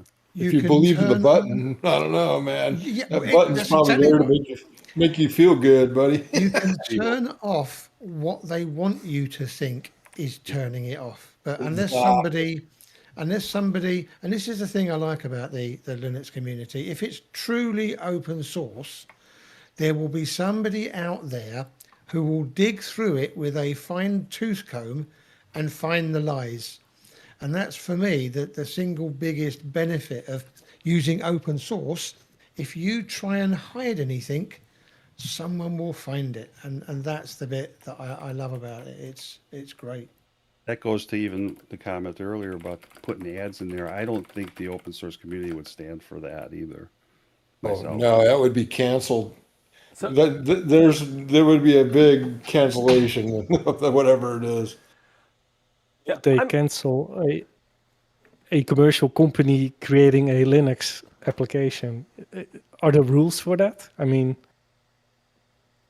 it just wouldn't be adopted. It just I mean, it's more of a adoption thing than anything. I'm willing to bet if let's say Adobe comes over and creates a Photoshop, I'm willing to bet that people are going to use it, and there's probably going to be a free or a trial version with ads and stuff like that, and telemetry and whatnot. Well, I think a patch on GitHub or GitLab to disable all that telemetry and use your licensed product without all that. I guarantee that'll happen too. Well, what you do is you containerize it, and then you block everything except for what it needs to have, and you can do that in Linux. Nice. Yeah, that's a good one. Well, that's what I was trying to say was like, people, there will be a few people that will use that. There, undoubtedly, but most people are going to be happy with the programs they have on Linux already. So you're not going to have this wide adoption of something like that. Yeah. And going back to what that gentleman just said about GitLab, if you are going to be quite happy to go into GitLab and download something that someone's created and installed it on your Linux so it stops all that stuff, you do exactly the same thing on Windows. The difference is I can stop maybe 85% of the telemetry that Windows is sending out. What I can't stop is that private source code that nobody really knows what's going out. Because I saw a very interesting YouTube video once where somebody went in there, put Windows on, showed you Wireshark of everything that's going out, and then he ran all of these tools to block it all. And he went, look, now let me go to this. And as soon as he started using Windows again, all of these files started filling up again in Wireshark. Oh, well, that's something I didn't know sent information back to Windows. Oh, and there's something else that sends. So you're never going to find everything because it's not open source. But you can make it a lot more palatable, like you do with Linux. You find something you don't like with Linux, you go and find a GitHub solution to fix it. You can do a lot of that on Windows as well. Well, if you really want to block things, you do it based on, at your router point then too, and just block stuff from there. All right. And speaking of detail, I want to say something, Zeb. My OCD was going crazy last week watching your show, and your Zebedee boss in the back was reversed, and I was I almost piped in just to say that. Yeah, and nobody told me until after the show had finished. I mean, I'm assuming it's the right way round now. Yeah, It is. It It is. is. That's why I'm saying it, because now it looks Mine's 2 normal. minutes backwards. after the show, 2 minutes after the show finished, someone said, "Oh, Zeb, you know your sign's back to front." I'm sorry, that was me. You could have told me that at the beginning of the stream, boys. And well, at least Arch Penguin, I've remembered this week and got it the right way round. Yeah. Good job. And just so that everybody does know, I'm not on Windows. I'm on MX Linux. Okay. Please turn off that phone, whoever's phone that is. Not mine. That's GNU. GNU 2. Yeah. Can we temporarily mute him, or has he turned? He's turned it off. No. I have no idea. Is there a way to do that? Maybe We, there is. we can only mute for ourselves. So Nate would have to mute okay. for the stream. All right. Let me see if I can do that real quick here. There we go. All right. We're good. So here's what I think, in the whole migration thing. Hasn't worked, mate. Well, it muted it for me in the stream, not Yeah, for you. everybody has to mute for themselves. That's the beauty So- of Discord, I guess. So Yeah, one of the things that's that the I would say beauty of is good about, when we talk about like migration or adoption, I think for the most part, again, I think Texaco perfectly put it, and Zeb, nobody really cares for the most part. Most users just don't care. So if they got a little gaming console, ooh, you can see my screens. Look at that. That's fun. Look at that. You would, and it just ran the games. What does it matter if it's running Linux or Windows? Nobody's going to bat an eye as long as they can play their games. Now the anti-cheat, that would be a problem. Somebody might have a, issue with that. But But for the that most still part, goes back to just being able to play it. If Right. it works, nobody's Nobody going to cares. care. Nope. So there's, I think that there's many ways that Linux will probably make some inroads in gaming, especially with a lot of these things that Valve has been doing and so forth. And there's some momentum behind that, and so that's probably a way. There are other places where I think Linux is going to probably take over. Like for instance, in at the plants that I manage, at the IT management thing, there are some training machines that they're just used for employees to sit down, do their annual training or monthly training requirements, and then they leave. Those are great candidates for Linux because they require no Windows anything. So, those are going to make a transition probably at some point in time to some form of Linux that will fit the bill. Then also there's machines that are just HMIs. So right now we're installing a new HMI that is basically just an industrial PC, and we can't install Windows 11 on there because it's of a CPU age that we can't do that. But it's an industrial PC; it doesn't really matter. All it has to do is just be able to look at something called Ignition, and so we can do that. We can do that in Linux just as well. So the couple of particulars I need to make sure to be able to do is that I can remotely manage these things effectively, and not just me, but my IT technician, who's a Windows-centric guy. He's got to be able to utilize those things with the same tools that we use to manage the Windows system. So as long as we can do that, then it'll work just fine. And so I think there are opportunities for where those opportunities fit. And I think it was Eric White. He said that he's he's been using Linux since the 90s, but he has there was an 80-year-old grandfather. I was looking at here, and he's been running Linux for a long time. So there's two different ends of the user spectrum. There's I think the super uber nerds, and then those that don't do anything advanced, so it doesn't really matter. And I think that those are the areas where I think Linux can expand. The area in between, probably different segments of it, yes, but I think largely people are using their phones, honestly, and You know, computers are just a tool for getting a job done. So I think migration is going to happen. I mean, Europe's working on it in the government levels. It's happening in the gaming, so I guess we'll see.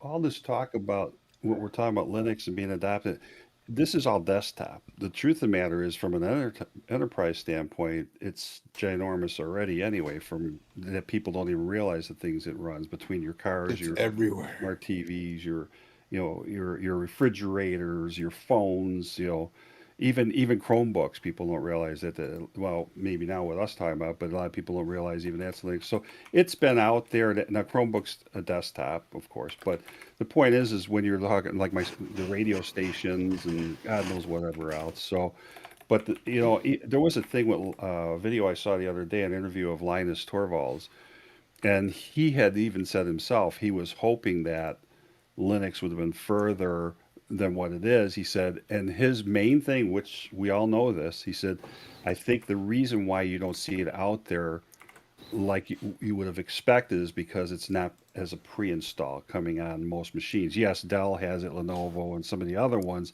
but it's still not being offered up the same way that Windows has. So that's kind of why it's probably still fallen short all these years too. And let's face it, development too, because it's only been the last 5 to 10 years at best, but especially the last 5 years, I really think from a development standpoint, how it operates on people's hardware has really made a huge jump. And I said all AMD earlier. I used to be on, I had an NVIDIA card, I had GeForce cards for a long time. And when I decided to build this machine a few years ago, I went all AMD because I didn't want to mess with having to go specifically load the NVIDIA drivers and then go in there and turn on the different settings and all that, and sometimes it would hiccup. And even that's gotten better now from what I understand. But right now for me, it's just because I don't want to call it laziness, but I didn't want to have to screw with that. So that's the choice I made, right? And that's the one thing about this is it's all about choice. You've got a choice to do what you want with it. Whether you like one better than the other, that's your preference. If you like blue and I like red, well, who cares, right? Same thing. Depends on the time of year, whether I'm wearing blue or red. Well, you like green, so I mean. Oh, that's Green- right. It's green and red, right? The green NVIDIA and red AMD. No, the green And- as in OpenSUSE. Yeah, but going back to what you said, Joe, the adoption and stuff, we've made great strides in the Linux community, but seriously, the main reason why, or I should say, the twofold reason why I think, and it's just my opinion, but the twofold reason why I think that Linux has not been adopted as much widespread is because one, it's not a one-to-one comparison for programs that work. There are a lot of programs that still don't work on Linux, or you have to do a workaround to get them to work on it. It's not you boot it up and everything works just like on Windows. And the other thing is, like I said, you got to convince people they even need to switch or would want to switch. Most people don't care. I think they care when it starts to not work, right? But I think you start looking into things. Do I really need to buy a new laptop because of this Windows 11 crap? Or, money comes in. You'd be surprised. I think that definitely pushes some of the growth, at least. Yeah, but I'm with Big Daddy on this one. I mean, I've said it before and I'll say it again. 98% of the Windows users out there will get a machine that's now 5 years old. Okay, Windows 11 doesn't work. Chuck it in the bin, go and buy a new one. And they'll go and spend £300 or £400 every 5 years, or £600 or £700 every 5 years, rather than have to go through the hassle. Because at the end of the day, let's be honest about it, 90% of them don't know how to use Windows properly. They just know how to do email, play Candy Crush, and go on Facebook. Sorry. Also, how can you expect those people to download a Linux ISO, put it on a USB, and boot into the USB? That's already steps way too far. Way too bit shady. You are dead on there. I mean, that seems easy to any of us in this room, in this Discord or in this YouTube chat. But for most people, that is like speaking another language. That's magic. It's magic. They don't know, and they don't want to know. Yep. Even engineers I work with at the different sites, like, how do you do that again? Because we're just installing it, because a lot of times we get the hardware, there is no operating system on it. We got to put all that on there, and that's something that most, even people who are technically savvy, don't necessarily want to do. Well, there were some older machines too that not all that long ago, you could not install Linux with a USB or even Windows for that matter. You had to still had to use the 5 1/4 ROMs, you know. And I remember the day back in, I think it was 2006 when I started dabbling with this. I had to use a Windows machine to build out the ISO in order to burn it onto the disk to be able to, if you didn't get one, of course, through it with a magazine that Ubuntu was in the Right. back of, you know, so you had to use the Wooby key and all that stuff. And that was kind of interesting. Well, Yeah, I even I had, started on Wooby. I even Yeah, had one unlike that you need a floppy. unlike You can't have Zeb, it floppy. I jumped ship at Vista. I wasn't a fan of it. That's what made me become Linux. About the same time you're talking about their Tux Power. Yeah, Well- and I'm just going to say it and let you know the problem with Vista is that nobody listened to Microsoft. Microsoft had been warning people for years that they would turn on a load of features that's been in the operating system for the last 2 years, and when Vista came along, they would turn it on. And all the lazy software houses ignored it. So along comes Vista, and all of a sudden their software doesn't work. Well, that was their fault, not Microsoft's. They've been telling them for 2 years, we're putting this stuff in, boys. We're going to be turning it on. And nobody bothered to change it. And as for Vista being slow, just turn off all the eye candy. It's blisteringly fast. Right. In retrospect, I understand that, but as a younger person with Vista that came out, it was so and they sold it that way too. That was what was so bad. I'm like, all right, get a new laptop. Oh, this is Yeah, terrible. but I actually You know? like the eye candy of Vista. Well, I didn't most like people- Vista itself, but I did like the eye candy. No, it looked sweet. Yeah, I agree with you on that. most people didn't realize that Windows is do you remember the day when Windows 7 had all the way up to Ultimate?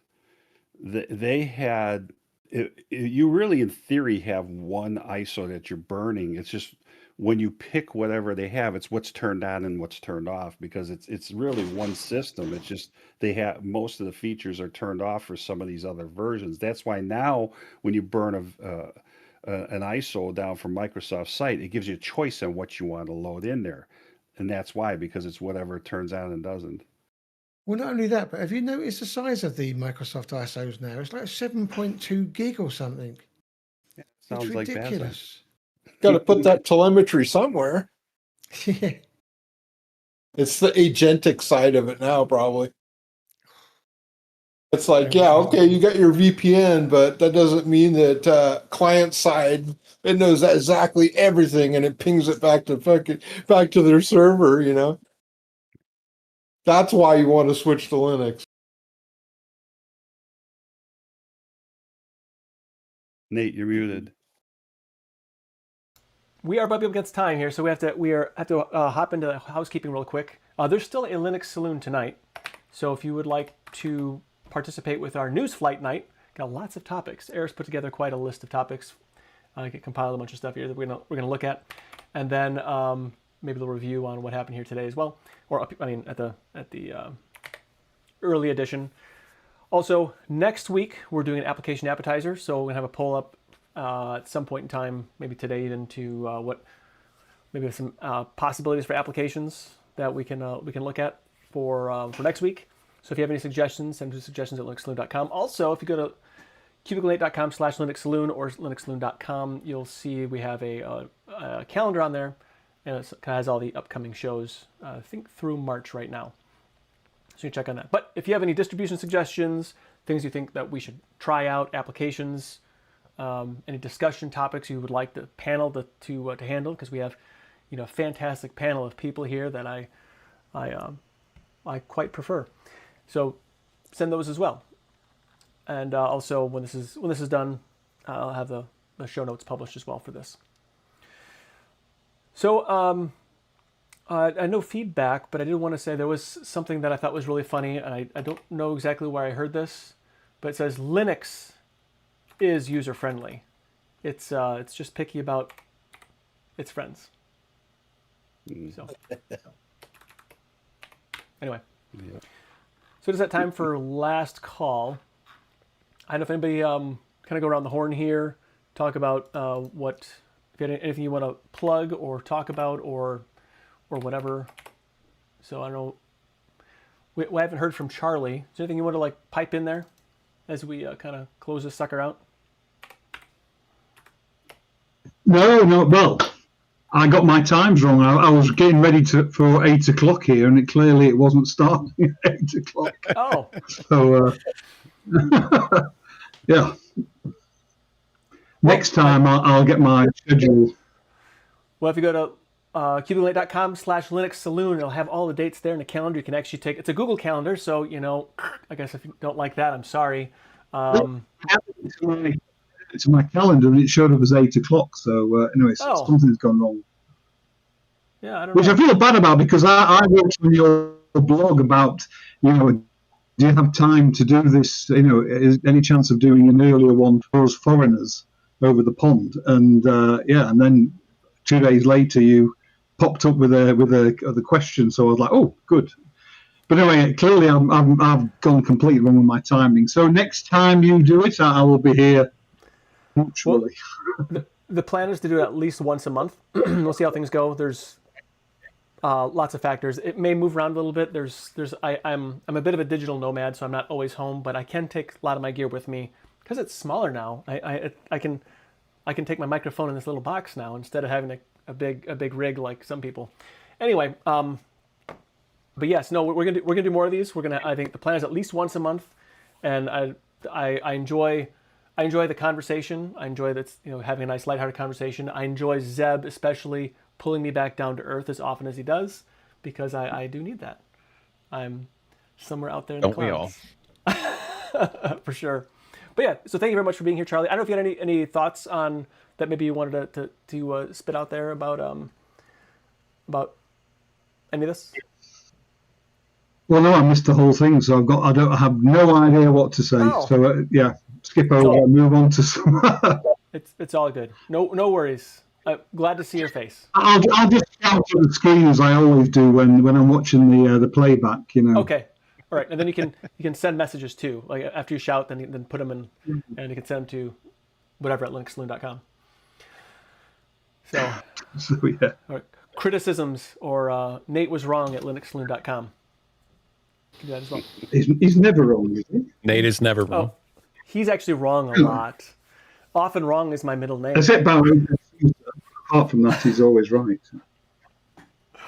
Can I say goodbye? Because I've got to run. Yeah. It's just to you. GNU to Linux. Thank you so much for being here. Yes, I'll be doing the Mintcast 3 p.m. Eastern Time tomorrow live with the other guys in the crew. So. Bye-bye. Thank you for the early show, by the way. No worries. Thanks for being here. Amen. Joe, so glad to have you here. It's nice to see your face. I miss hearing your input a lot.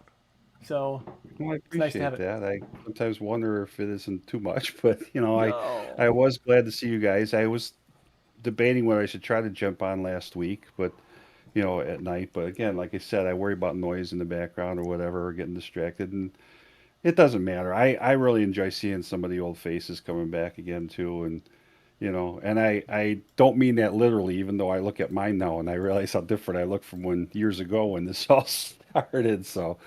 But no, it's been great to see everybody again and hang out and I almost forgot about today's show, and I thought, let me go look, and you guys were on. I thought, oh yeah, I got to jump in and say hi to everybody, and especially with Zeb, there's a history back there too, and you, Nate, of course. So it's great, and me to a lesser degree. Of course, when you pop into the chat and everybody's going, hey, how you doing? And then names have changed in there, so you're trying to think, okay, let me see if I can put the voice together with the name, from what they used to run on. And no, this is fun. It always was fun, and I think I don't care how old you are, there's always something new to learn.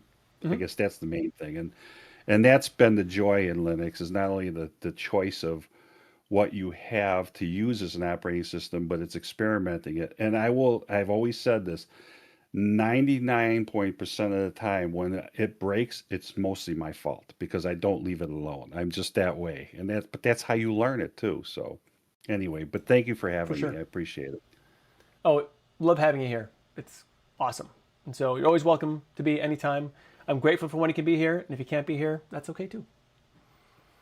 Like Zeb, he's going to abandon me tonight because he's tired of he says he can only have, got 2 hours. 2 hours a week is all I get, and then he's tired of my face. I think, is that what you said? I can't remember what the words were exactly. Word for word. No, what I said was I had a bad night's sleep last night, and I've been up since 2 a.m.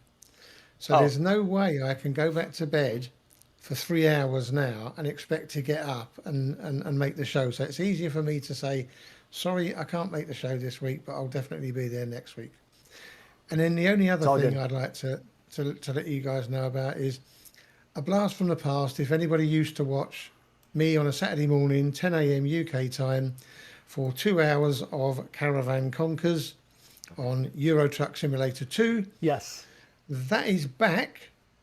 But I want to reach out to the Linux community because I can't get in contact with Nabist anymore. He was the guy who altered the SII files so that I could spawn more caravans. Because all it is at the moment is me driving down the motorway at 140 mile an hour and crashing every time I go around the corner. That's no fun.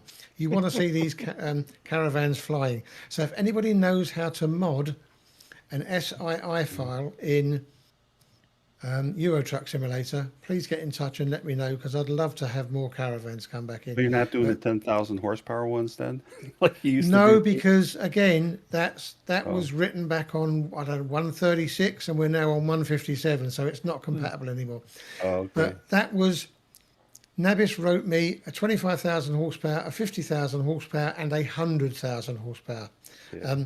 The most I can find to get to work now is a 10,000 horsepower. So that's what I'm currently using, but it doesn't do a wheelie like it used to do before with the 100,000. It literally, a truck would wheelie as it tried to pull away. So that's back Saturday mornings, awesome. 10 a.m. UK time. So I have to mention this. After I think the first or second time, one of the times when you were just absolutely obliterating these caravans on your stream, I was driving and I saw that exact same combination of vehicle and trailer. And as I'm driving on the highway and I'm laughing, like I'm just uncontrollably laughing and my kids are looking at me like there's something wrong with me because I was just thinking about how you were just mollywopping these caravans on a game. And I tried to explain it and they just stared at me like I had a lobster growing out of my forehead. So anyway, so it's entertaining for sure. And I have no idea how to modify that. But, all right, well, thank you for being here. Appreciate it. Arch Penguin. Ah, yes. I just wanted to say great being here. And I guess I have a tip in relation to the windboat thing is maybe another alternative to that before you do windboat would be trying to add it to Steam as a non-Steam game. I've had some success with several different Windows programs that way. That's a good tip. Yeah. It's just another option. Oh, I like that. Proton's pretty good, man. Then, well, thanks for being here. Hope to see you maybe tonight if you can make it. If not, I'm grateful for any time I can get with you. Eris. Hello. Nice to have you here. Thank you for all you do. Thank you. Oh, I'll mention that full scale for me. He said that there's a forum post about the last week's Linux Saloon from MX, and I'll post it on Discord and Telegram. Yep. Yeah, I just put all the notes that I have in there just so I can refer back to them. It's as much for me as it is for you. So. And then Bit Shady. Haven't chatted with you in a while. It's nice to have you here. Thank you. Yeah, thank you for having me. That's it. Okay. And then Texaco, if that is your name. I go by many names, but yeah, it's been a long time for me to be around. But I appreciate everybody being here and all of the old voices. Joe, PZ, Nate, I love you guys. Like I said, if you haven't tried out KDE Linux, you should try it out because it is absolutely fantastic. I wouldn't suggest putting it on your main machine because obviously it's a highly rolling release of updates and whatnot, but it is absolutely fantastic. Yeah, I've heard good things about it, but you're the first person I know that have used it, so that's good to know. I wonder. Well, then I shouldn't be the last. Probably not. It is good. It would be good. That might be a good thing to do at a distribution exploration. I have a couple of different test machines now for these things, so it'd be fun to try on multiple machines. Yeah, I think my personal thing with Fedora, it's been a long time since I've been on that. And one of the things I like about it is, as much as it's kind of a rolling release as well, they always hold back just a little bit when something does get released, like the kernel updates. It might be a week or two later, and then you'll get the updates and stuff. So I think that's part of the reason why it probably, has less chances of problems. But I've been very happy on it. It is on my main machine, so. But anyway. Good deal. Well, thank you all for being here for this bringing back the Linux Saloon Early Edition. Things are working out where I can do a little more, provide a little more energy toward all this, and I hope to make it better. But your suggestions are absolutely welcome. And if you want to wave a skunk in front of my face, I understand that too. But thank you for your support. However you do it, being a part of the conversation, both here in Discord or on in the YouTube chat, I really appreciate it. And those of you that watch the show after the fact, I really appreciate that too. With the everyone involved making Linux and open source tools possible for us to not only have this conversation, but also to have fun and enjoy our technology. Linux truly puts personal back in a personal computer. Thank you for stopping by. Be sure to tip your developers, and please remember to Linux responsibly. Until next time, see yous.